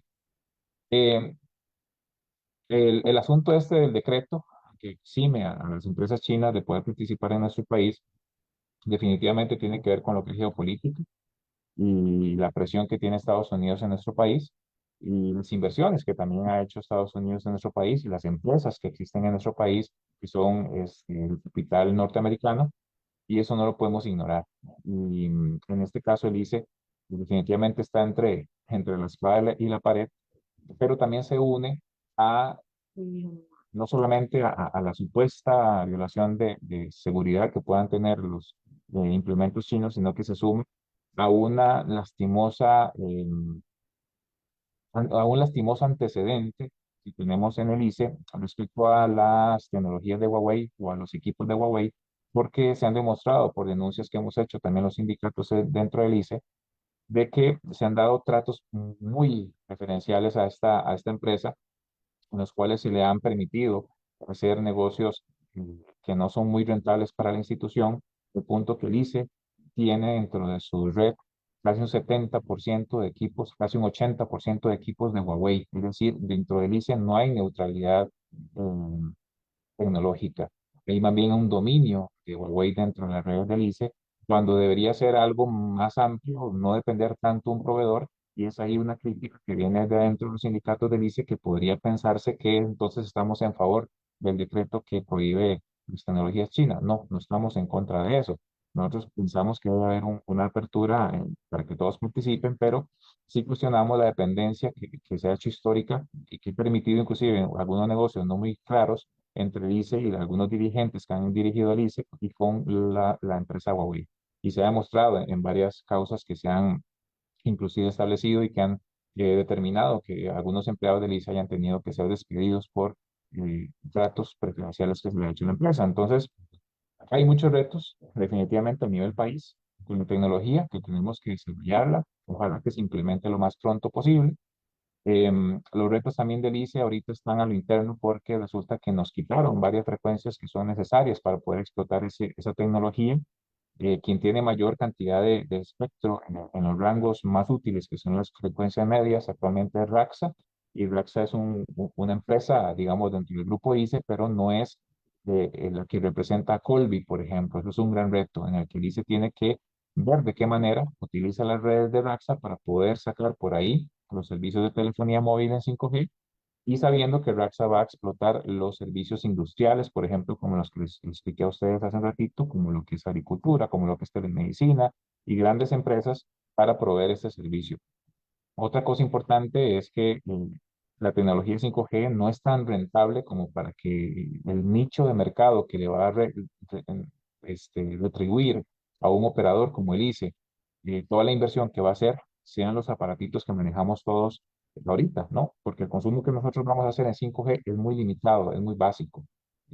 Está bien, vamos a poder ver YouTube, jugar en línea, etcétera, pero en la carne, como quien dice, o la parte más satisfactoria de 5G, donde está la mayor rentabilidad, está en las grandes empresas y los grandes usos que haga la industria. Por ejemplo, en el manejo de los carros a distancia, en el manejo de la tecnología agrícola a distancia, la telemedicina, las universidades, la investigación. Esa es la parte más rentable porque es lo que explota más las redes. Entonces, probablemente el despliegue de 5G a nivel nacional se va a hacer primero buscando esos convenios con grandes empresas que son las que van a pagar, como quien dice, la inversión que va a hacer el ICE o cualquier otra de las empresas, y poco a poco vamos a ir los usuarios más pequeños, que somos todos nosotros, que hacemos un uso muy básico del teléfono y de Internet, pues ver, digamos, esos servicios. Em, Otro reto importante para el ICE también está en hacer una actualización de todos los equipos que tiene a nivel de red. Y que resulta que tenemos ese 80% de equipo Huawei, pero muchos de estos ya están obsoletos. Entonces tenemos que invertir en nuevos equipos, y esos podrían ser Huawei, podría ser Nokia, podría ser de cualquier otra marca, que hay que hacer esa inversión. Entonces es un reto también importante. El ICE también tiene un reto de despliegue de fibra óptica, porque hay servicios complementarios que se soportan por fibra óptica para poder dar 5G, y el ICE está un poco retrasado en ese sentido, y la competencia va a pasos de gigante, todas las semanas implementando y desarrollando y tirando fibra óptica por todo lado, y es porque ellos saben que ya viene el 5G. Entonces sí, el ICE tiene grandes retos, y esos retos son tanto administrativos como técnicos, como geopolíticos, y también desde la política que viene el gobierno central, que al parecer hay algunos choques, ¿verdad? Algunas diferencias entre lo que se hace en el ICE y lo que dicta el gobierno y lo que también dicta el MISIT, que son cosas que se han evidenciado. Al interno del ICE, sinceramente, considero que se tienen que hacer muchos cambios. El presidente ejecutivo que tenemos actualmente no sabe absolutamente nada de telecomunicaciones, y es una persona que ha venido a tomar decisiones sumamente básicas. Me preocupa mucho las finanzas del ICE, sinceramente. Y el gobierno central se ha llenado la boca indicando que tuvimos utilidades el año pasado, pero ustedes pueden ver las utilidades que tuvimos es por diferencial cambiario, porque como el dólar ha estado tan bajo y las empresas o las instituciones del Estado siempre cotizan o ponen un valor del dólar para su año presupuestario alto por aquello de esos cambios presupuestarios, entonces como el ICE presupuesto el dólar muy alto, en el momento que viene y todo el año se cierra, 2022, que estuvo el dólar muy, muy alto y muy bajo, entonces existe casi que una ganancia de esa diferencia al cambiario de 110.000 millones de colones. Y si usted se pone a ver los ingresos que tuvo el ICE, más bien bajaron en comparación a hace un año y los gastos subieron. Es decir, si no hubiésemos tenido ese diferencial cambiario, les hubiese tenido déficit. Entonces, hay que leer entre líneas y hay que saber que muchas veces este gobierno, muchas veces, si no es que siempre, se alimenta de posverdades, es decir, verdades a medias, para jactarse de que está haciendo cosas positivas y no es así. Respecto a la otra pregunta que usted me hizo, respecto a lo de la pauta publicitaria, pues hay que definir primero qué es democratización de pauta. Cuando estamos hablando de democratización de pauta publicitaria, tenemos que entender que si es el Estado del que estamos hablando, el Estado tiene diferentes instituciones, como el ICE, por ejemplo, que está en competencia, como el INS, que está en competencia, como el BCR, que está en competencia, eh, y que definitivamente tienen que orientar la pauta hacia donde realmente los clientes le vean, le compren y se mantengan fieles a su marca y a sus productos. Aunque no nos guste la prensa canalla, que por cierto esa prensa canalla, que actualmente se llama así, ya la conocíamos nosotros los luchadores sociales y de los trabajadores, que existía desde hace mucho tiempo, y no era porque atacara al presidente, no, no, era porque venía atacando a las instituciones del Estado desde hace ese asunto de la prensa canalla se la inventaron ahorita, pero solamente porque ataca al presidente, lo cual me parece sumamente egocentrista. Pero esa prensa siempre ha existido. No tengo ningún problema con que la nación tenga una línea de atacar a las instituciones del Estado y que sea eh, pro empresas privadas. No tengo ningún problema. El problema es que no lo digan. El problema es que se vistan con una supuesta imparcialidad que no existe y no lo dicen realmente lo que hay por debajo. Entonces, eso es lo que no me gusta. Sin embargo, actualmente el gobierno central está desviando que antes se pagaba en pauta de las diferentes instituciones del Estado hacia ciertos medios de comunicación que son afines a ellos y que solo hablan cosas positivas de ellos. Eso no es democratizar la pauta. Como venía diciendo, existen diferentes instituciones del Estado que Indira me avisa cuando me pasa el tiempo, ¿está bien? Porque yo, que son temas que me gustan bastante. Pero si estamos hablando de una institución que está en competencia, como lo decía, tenemos que dar la pauta hacia donde los clientes nos compren, y nos vean y se mantengan con nosotros. Si estamos hablando, por ejemplo, de la Junta de Protección Social, no está en competencia formal, pero sí en una competencia informal contra los tiempos y contra los vendedores de lotería clandestina, etcétera. Si hablamos de la Caja Costarricense de Seguro Social, ahí estamos hablando de otro tipo de comunicación que no es para que los clientes me compren, sino que es para que los usuarios de los servicios de salud puedan entender o saber cambios de diferente índole que pueden inclusive resumirse o verse muy específicamente en un EVAIS de una comunidad. Entonces la publicidad que se va a hacer ahí, un cambio en los horarios de los medicamentos, un cambio en las citas, un cambio o un cierre porque se jodió un equipo, tiene que haber una publicidad que vaya, digamos, por ejemplo, a un medio local. Entonces, cuando usted habla de democratizar la pauta, usted lo que tiene que hacer es pensar qué tipo de publicidad tiene, de qué institución y hacia dónde tiene que orientarse la comunicación y a qué medios alternativos o locales tiene que redirigir esa pauta, pero la pauta no puede ser un beneficio social. La pauta no puede ser, como quien dice, una ayuda económica. Eso no puede ser. Porque si no, entonces yo me invento un medio y digo, tengo derecho a pauta porque se tiene que democratizar la pauta, aunque mi medio no le llegue ni a una persona. Entonces lo que encuentro es una forma de vivir con un poco de esfuerzo, porque si estamos democratizando la pauta, yo tengo derecho a que el Estado me dé 200.000 colones al mes. Aunque mi medio no le llegue a nadie, yo no trabaje el medio ni me esfuerce para que el medio llegue a cierto nicho de mercado. Entonces, la pauta no puede ser otorgada a todos los medios, como piensan algunos. La pauta tiene que ir dirigida por decisiones técnicas, decisiones científicas, decisiones basadas en hacia dónde quiero llegar y hacia dónde debo de llegar como institución del Estado y tomarla con una base objetiva y imparcial. Lo que está pasando ahorita no es democratizar la pauta. Lo que está pasando ahorita es simplemente manipular la información y dársela a unos medios que son afines al gobierno.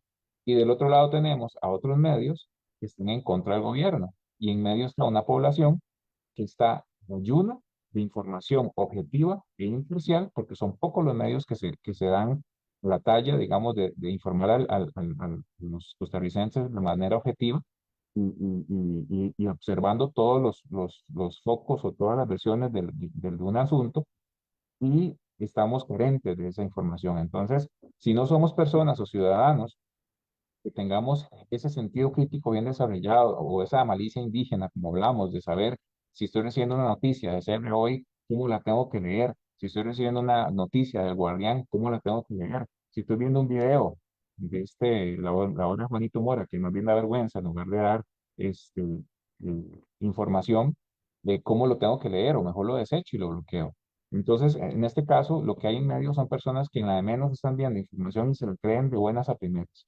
Y eso es un daño muy grande a la democracia, un daño muy grande a la sociedad costarricense, porque la democratización de pauta está siendo utilizada para manipular la información y desquitarse con medios de comunicación que en campaña política le dieron duro a Chávez, y eso no está bien, porque la República de Costa Rica es el hogar de todos los costarricenses, y es desde luego un hogar muy grande y muy complejo.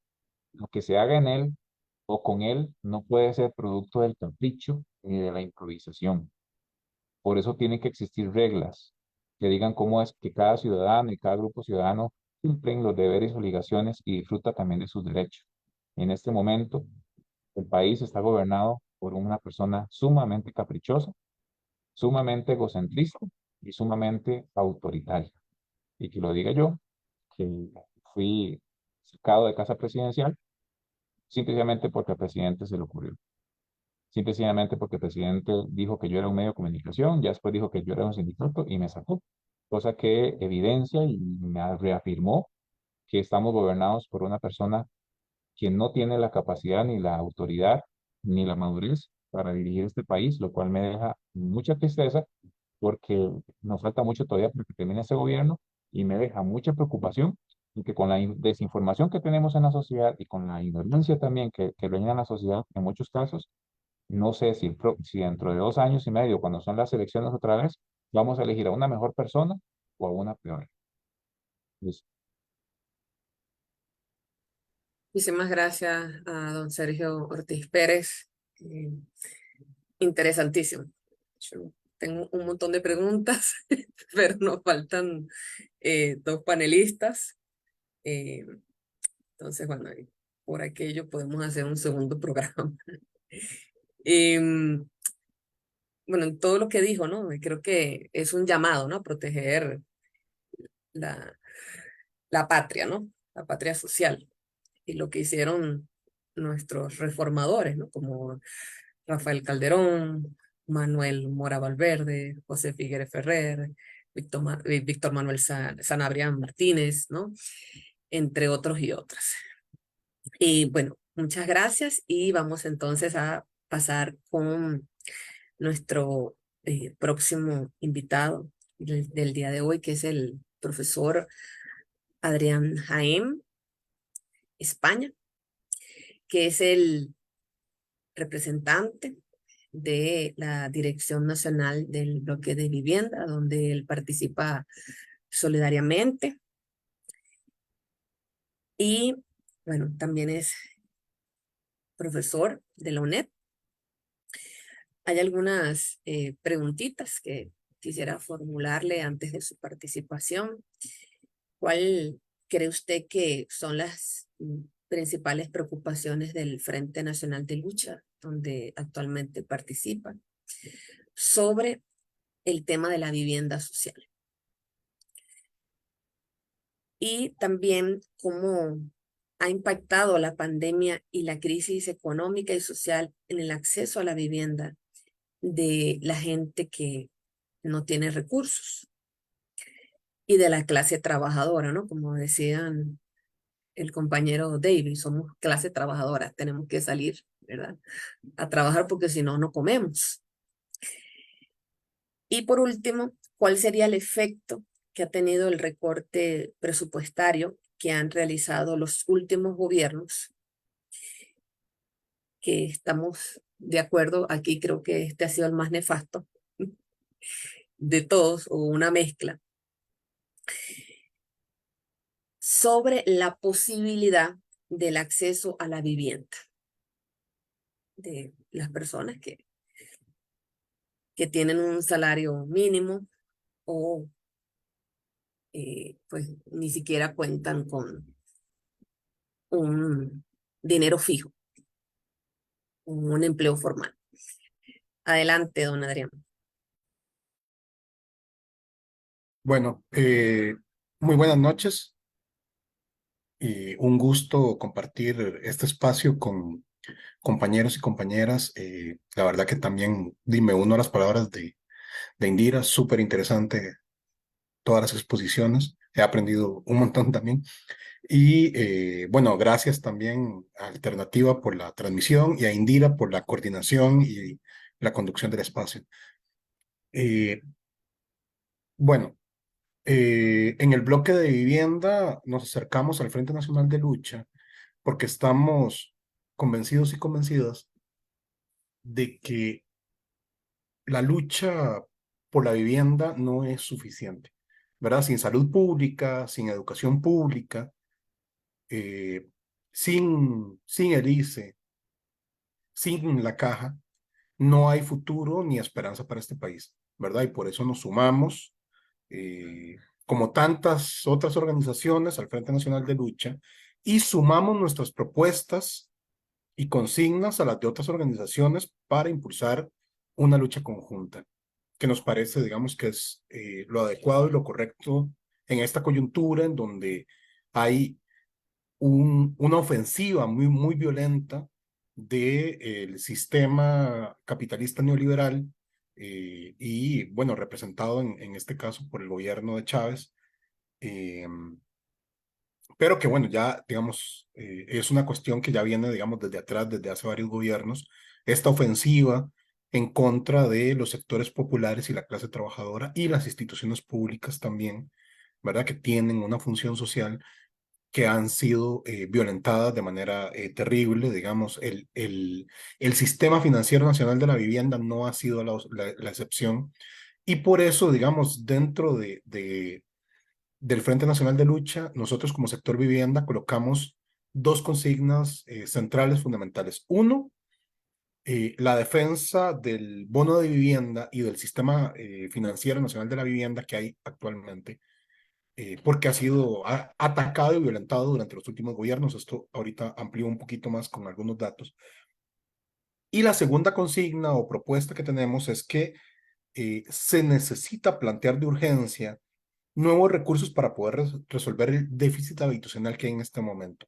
Porque aunque no estuvieran realizándose recortes muy violentos en contra de los fondos del Sistema Financiero Nacional de la Vivienda, igual de la plata del bono de la vivienda no alcanza para resolver el déficit habitacional que hay en este momento. Entonces,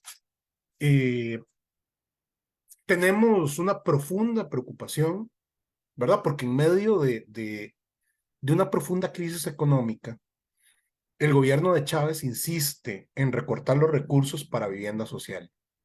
La desigualdad sigue creciendo, ¿verdad? Y a pesar de que el gobierno anuncia con bombos y platillos, ¿verdad?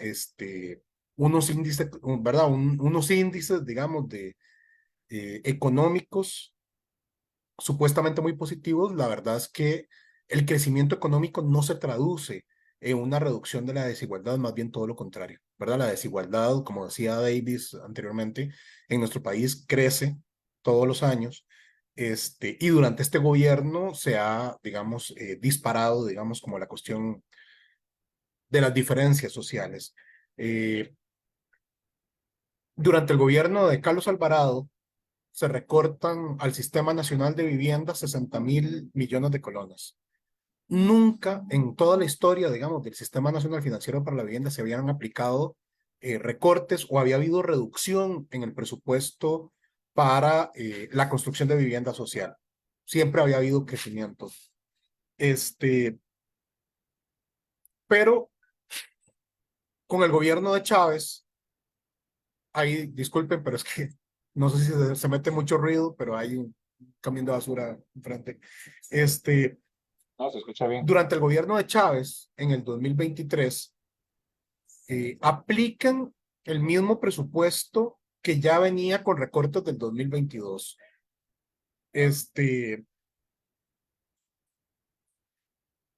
Estos recortes, digamos, durante el periodo de Alvarado, significó que más o menos, ¿verdad? Como unas 8,000, o sea, dejaron de construirse unas 8,000 viviendas, lo que implicó que 8,000 familias de escasos recursos, en pobreza o pobreza extrema, no tuvieron acceso a vivienda durante estos años que se aplicó este recorte, a partir del 2020. Pero el gobierno de Chávez ha continuado con esta política de recortar el presupuesto para vivienda social. Entonces, durante el 2024, ya se anunció que para el presupuesto del 2024 se va a realizar un recorte de 30,000 millones de colones. Y quieren, digamos, minimizar el asunto diciendo, digamos, que hubo un aumento, digamos, en el presupuesto de vivienda, pero en realidad lo que ha habido, digamos, es un recorte sistemático durante los últimos años y el presupuesto de este año no alcanza, digamos, para recuperar todo lo que se ha recortado durante los últimos años. Hay una insistencia de este gobierno, digamos, incluso durante el periodo anterior, desde la Asamblea Legislativa se logran recuperar 10,000 millones que el ministro de Hacienda, Nogui Costa, se rehusó categóricamente a aplicarlos, a pesar de que se había votado, digamos, en la Asamblea Legislativa el presupuesto de la República, que se convierte en ley de la República. Nogui Costa insistió en que no iba a pagar esos 10,000 millones, sino que eso se iba a priorizar el pago de la deuda y después, si sobraba algo, se iba a destinar para vivienda social. Entonces, este recorte de 30,000 millones de colones para el 2024 implica que durante el próximo año hay 3,600 casas de vivienda social que no se van a construir. Eso, digamos, es un estimado que se hace con el costo del bono de vivienda, digamos, como un bono ordinario, digamos.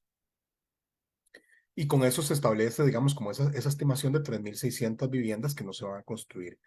Es importante aclarar, ¿verdad? Aunque es un asunto más o menos técnico, cómo es que surge este presupuesto de vivienda para el Banco Hipotecario de la Vivienda, que es el encargado, digamos, de tramitar los bonos.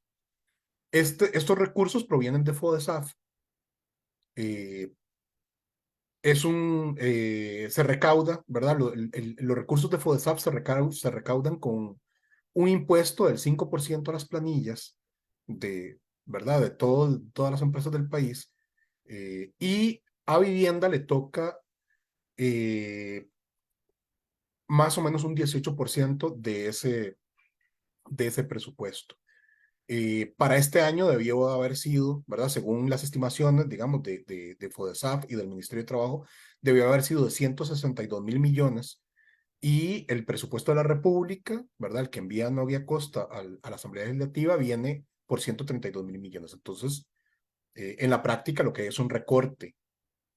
Aunque haya crecido el presupuesto del año pasado a hay un recorte, ¿verdad? Porque no se está girando el dinero que es para vivienda y que se supone, digamos, que este impuesto tiene destinos específicos. Durante el gobierno anterior y al principio, digamos, este gobierno también insistió, digamos, en la cuestión de la regla fiscal para aplicar este recorte. Sin embargo, ¿verdad? En la ley 10,234 se dispone que los recursos de FODESAF quedan excluidos de la regla fiscal y así fue ratificado por la Procuraduría General de la República en el dictamen PGR C-150-2022 del 20 de julio de 2022, donde dice que a los recursos de FODESAF no se le puede aplicar la regla fiscal. Entonces, es claro, digamos, que estos recortes son ilegales. Están, ¿verdad?, incurriendo en una ilegalidad al recortar el presupuesto para vivienda. Entonces, bueno, nosotros lo hemos planteado, digamos, de manera categórica. Estamos completamente en contra, digamos, de este recorte, de manera populista y poco seria.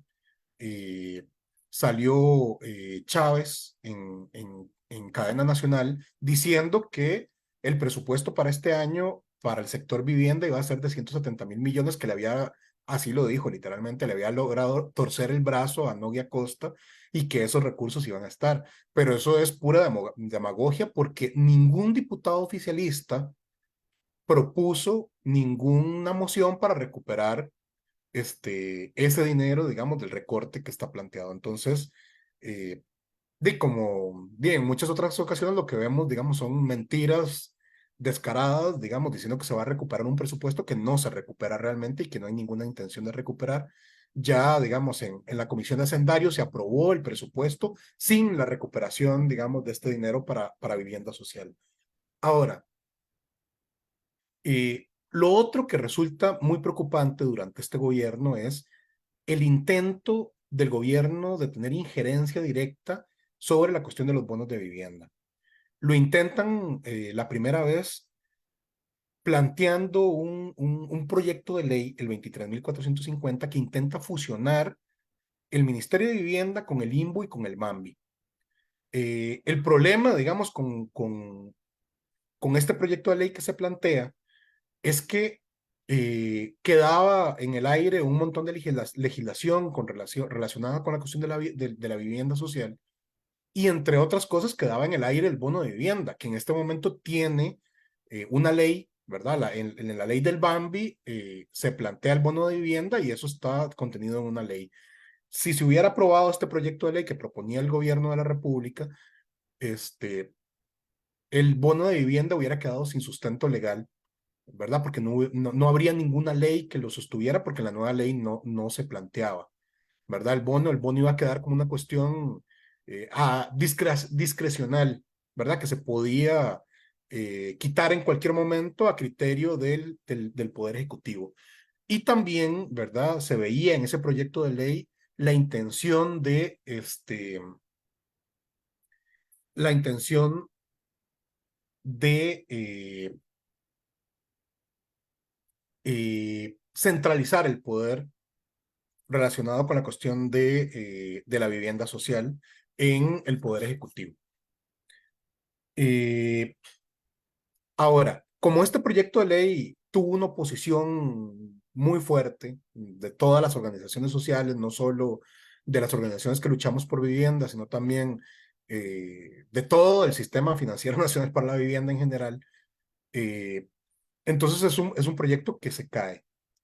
Pero sin embargo, como no lograron hacer, ¿verdad? Pasar este proyecto de ley, que este proyecto de ley en realidad dinamitaba todo el sistema financiero nacional para la vivienda, ¿verdad? Y se volaba el bono.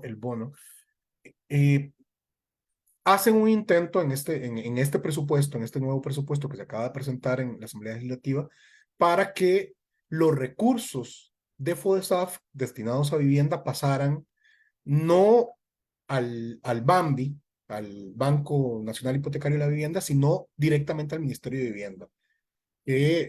Bueno, hay que aclarar también que el Ministerio de Vivienda es un ministerio que no tiene ley, ¿verdad? Es un ministerio que se crea, digamos, con el presupuesto todos los años, porque no tiene una cartera específica. Entonces, pasar los recursos directamente al Ministerio de Vivienda es parte, digamos, de un intento de manejar desde el Poder Ejecutivo los recursos, los escasos recursos que se están destinando a vivienda social. Y para algunas organizaciones nos parece que esto es muy peligroso porque se puede convertir el bono de vivienda en un botín político, ¿verdad? Y repartir el bono de vivienda entre pegabanderas o definir desde el Ejecutivo si se destinan los recursos o no se destinan los recursos y cómo se destinan. Nosotros consideramos que la vivienda social no puede convertirse ni en una piñata ni en un botín político, ni puede entregarse el bono de vivienda a dedo, ¿verdad? Nos parece que eso es algo muy peligroso. Ahora, no sé cómo estoy de tiempo. Yo creo que unos 2, 3 minutitos más. Ay, pucha. Eh, bueno, muy rápidamente, el segundo punto que nos parece también muy preocupante, es que a pesar de los buenos resultados históricos que ha tenido el bono de vivienda, durante todos los años que ha existido el Sistema Financiero Nacional de la Vivienda, y que ha permitido, digamos, que se construyan muchísimas viviendas para gente pobre y humilde, los recursos que hay en este momento eh, no alcanzan para solucionar el problema de la vivienda precaria, ¿verdad? El déficit habitacional que llaman, de muchísimas familias, ¿verdad? La falta de acceso a vivienda digna se ha convertido en una bomba de relojería que puede estallar en cualquier momento.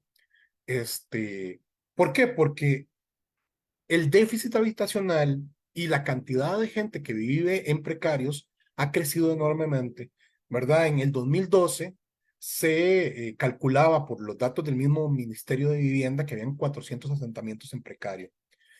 En este momento, ¿verdad? Según datos, digamos, de las mismas bases de datos de ese mismo ministerio, hay unos 750 asentamientos en precario, es decir, en 10 años ha crecido el doble.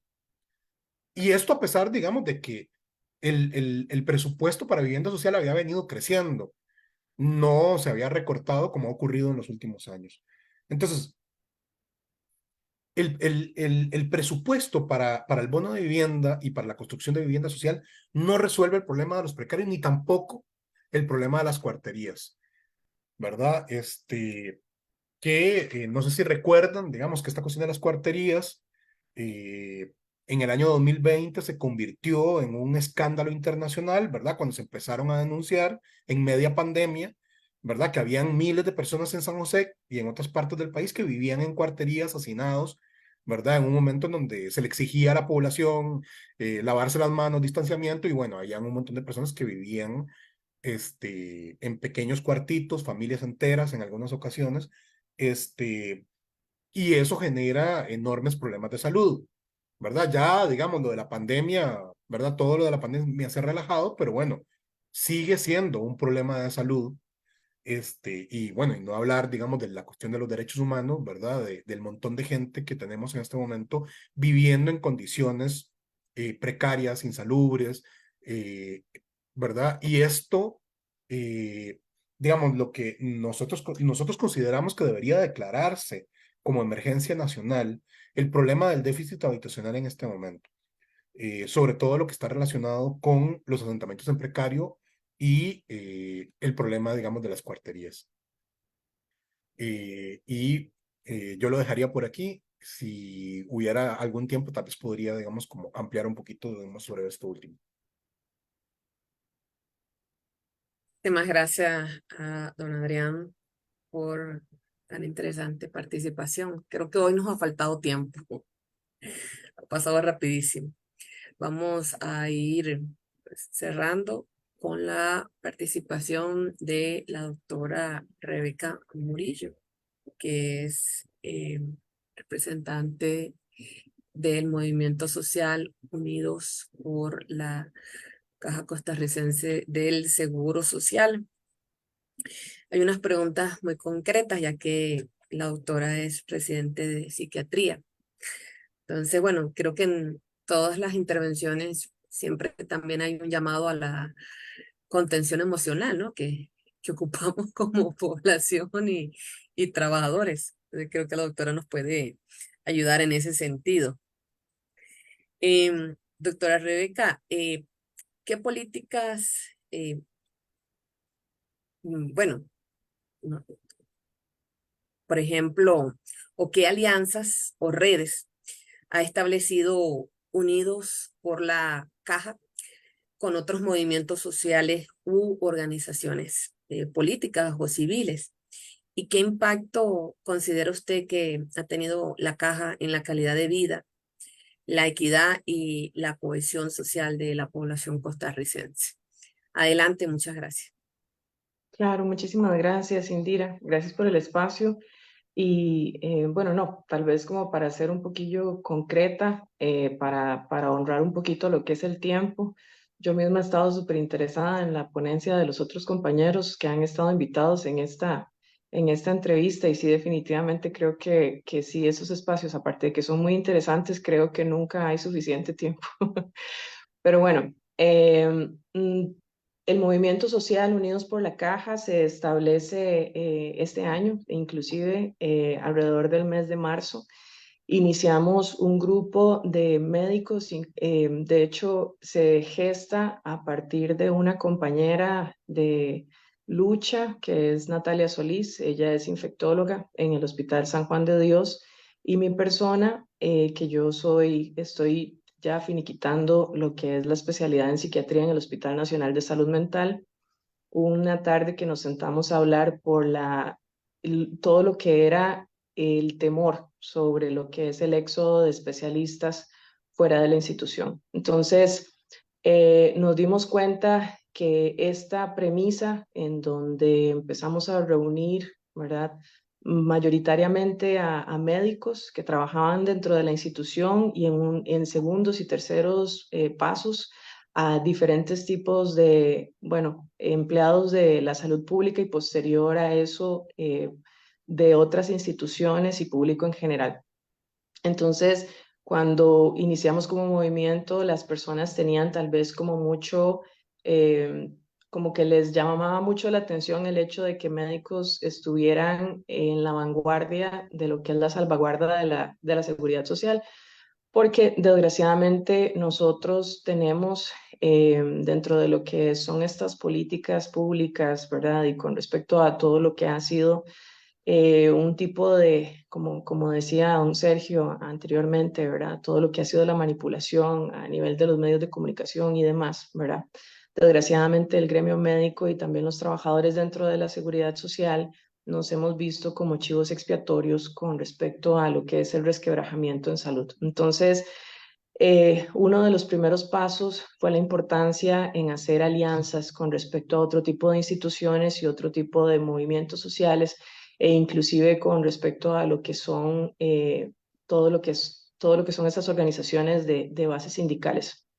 Entonces empezamos a crecer y una de las ideas que se gesta es poder conformar el Frente Nacional de Lucha, que el Frente Nacional de Lucha viene a ser como un tipo de grupo que se consolida en donde abrimos las puertas con respecto a diferentes tipos de instituciones a nivel estatal, instituciones sindicales y aparte de eso lo que son movimientos sociales porque nosotros dentro de la institución nos dimos cuenta que lo que es la seguridad social no la salvamos desde adentro. La seguridad social tiene que venir a ser salvaguardada desde afuera y el pueblo en general. Entonces, el primer enlace para lo que fue la movilización son todas estas bases ya constituidas desde hace ya varios años, ¿verdad? Que son todas estas plataformas institucionales en donde empezamos a tratar de movilizar y hacer consignas con respecto a lo que son básicamente la salvaguarda de las garantías sociales. Entonces, de un pronto a otro, una lucha que inicialmente era muchísimo temor, muchísima duda sobre lo que eran los derechos de los trabajadores dentro de la seguridad social, se hizo muchísimo más grande y se volvió en una necesidad para lo que eran la salvaguarda de la institución y posteriormente también nos dimos cuenta que era la necesidad para la salvaguarda de las garantías sociales. Eso con respecto a lo que es esta parte de alianzas, nos hemos inclusive aproximado en múltiples ocasiones a asambleístas, nos hemos aproximado a diferentes tipos de partidos políticos, evidentemente nos hemos aproximado a instituciones, como les había dicho anteriormente, para lo que es la seguridad hídrica a nivel de telecomunicaciones, lo que es la educación pública, etcétera. Y entonces ahí es donde tratamos de generar esta red para articular un tipo de organismo muchísimo mayor, en donde volvamos o tratemos de unificarnos como pueblo en este sentido de asfixia que nosotros hemos tenido. Con la segunda pregunta que me habías hecho, bueno, no sé si te la estoy contestando en orden, pero lo que es el impacto de la caja, ¿verdad? Tal vez como para hacer como un recuento rápido, ¿verdad? Nosotros realmente somos una rareza a nivel político, ¿verdad? A nivel de nuestra historia. De hecho, si nosotros nos ponemos a ver con respecto a la historia en salud en Latinoamérica, nosotros tenemos un modelo que es completamente diferente, inclusive con respecto a otros modelos en salud en América, América del Norte e inclusive en Europa. ¿Por qué? Porque nosotros tenemos un modelo que termina siendo universal y solidario. Esto lo que significa es que impacta específicamente con respecto a lo que son los índices de desarrollo humano. Los índices de desarrollo humano se basan en 3 puntos específicos. El primero, lo que es un nivel de vida digno, ¿verdad? Que ahí es donde viene todo lo que son los diferentes tipos de garantías sociales, ¿verdad? O sea, todo lo que son las... todas las consignas que ya inclusive desde hace ya más de 80 años de las cuales nosotros podemos gozar, o sea, todas las que son las conquistas sociales que nosotros vivimos en este país, que son las representaciones a nivel institucional, ¿verdad? Estatal. Entonces, ¿qué es lo que pasa? Lo que es el alcance a vivienda digna, lo que es el alcance a agua potable, el alcance a todo lo que son los recursos eléctricos, telecomunicaciones y demás. Eso es un índice específico con respecto a lo que es la vida digna. El otro punto es el acceso a la educación, ¿verdad? ¿Por qué? Porque la educación termina siendo el principal ente para movilización social. Entonces, cuando nosotros no tenemos un tipo de determinismo social, ¿verdad? Es cuando nosotros podemos dar mano o tener el acceso a lo que es la educación, principalmente, evidentemente, es la educación pública. Y el otro punto específico para lo que es los índices de desarrollo humano es la morbimortalidad. ¿Qué significa esto? La mortalidad viene directamente ligada a lo que es la expectativa de vida, pero no solamente es una expectativa de vida alta de la población, sino es una expectativa de vida que viene en congruencia con la ausencia de enfermedad, o por lo menos aplacar lo que es la morbilidad, que es este concepto, o sea, tener enfermedades lo más controladas posibles, lo más crónicas posibles, o inclusive tener todo lo que es esta parte de prevención y promoción de la salud, ¿verdad? Entonces, ¿qué es lo que significa esto? La seguridad social o el alcance a recursos de salud que terminen siendo de forma universal, en donde idealmente el alcance de la caja debería de ser más de un 90% de la población, esto lo que nos genera a nosotros es un impacto directo en el desarrollo humano de este país. ¿Qué significa? Nosotros, Costa Rica, antes de lo que es la instauración de la Seguridad Social y la Caja Costarricense del Seguro Social en el 1941, en donde ya posterior a eso, en el 1943, ya se instaura como una institución autónoma, a nosotros nos cambia el panorama completamente, porque antes de esto nosotros éramos un pueblo campesino con una mortalidad inclusive que rondaba entre los 40 y 50 años, que ese es el índice de mortalidad que nosotros estamos viendo en este momento, llámese en África subsahariana, ¿verdad? Entonces nosotros estamos diciendo que hubo un impacto directo con respecto a lo que fue el índice de desarrollo humano en este país, en donde nos separaba radicalmente del resto de América Latina e inclusive de muchísimos países que nosotros vemos ahorita en Oriente, a nivel africano y demás. Entonces, en el momento en el que nosotros empezamos a ver cómo desgraciadamente estas políticas públicas empiezan a retroceder, y yo soy una real crítica de este gobierno, pero como decían los compañeros en sus momentos también, no todo se debe a este gobierno específico, porque nosotros también podemos ver en donde inclusive desde hace alrededor de 34 años más o menos, cuando empieza lo que es el cambio, ¿verdad? Específico con respecto a lo que es, hay una ley específica que se llama la Ley de Equilibrio Financiero del Sector Público. Entonces, ahí, en ese momento, que es en 1984, empieza un desvío de un 10% del presupuesto de la caja para lo que es la compra de bonos del déficit fiscal. Y posterior a esto empieza toda una seguidilla de políticas públicas en donde, desgraciadamente, en este último gobierno nosotros vemos que debido a todo lo que es esta necesidad, ¿verdad?, de, voy a utilizar tal vez como un término un poco coloquial, pero de congraciarse con esta línea, ¿verdad?, del Fondo Monetario Internacional y lo que es el Banco Mundial, entonces nosotros nos vemos tal vez más asfixiados en los últimos 2 años, ¿verdad? Bueno, sé que estoy como tal vez sobre tiempo, ahí vi como el mensaje tuyo, pero ustedes me dicen, si no, con todo gusto laboro, pero básicamente esta es tal vez como la importancia o el impacto de la caja, viene directamente ligado a lo que son los índices de desarrollo humano. Muchísimas gracias, Rebeca, y muchísimas gracias, Indira, y a cada uno de los compañeros que nos acompañaron en este panel de esta noche.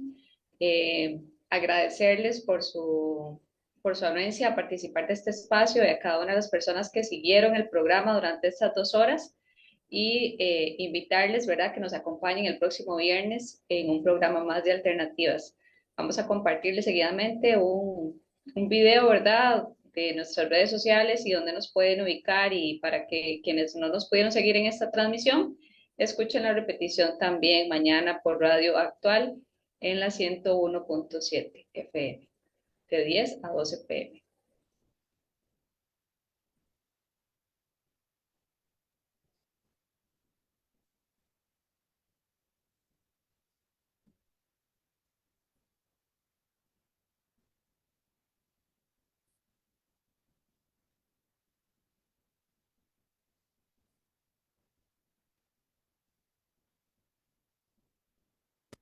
Y un mundo integralmente mejor. Alternativas. Espacios sin fines de lucro ni banderías politiqueras. Del colectivo Reflexión Acción Costa Rica. Alternativas en vivo. Los viernes de las 6 a las 8 p.m. por nuestras redes sociales. Guanacaste FM, Radio Revolución y Radio Soberanía. Repetición los sábados de las 10 p.m. a las 12 medianoche por Radio Actual 101.7. Alternativas.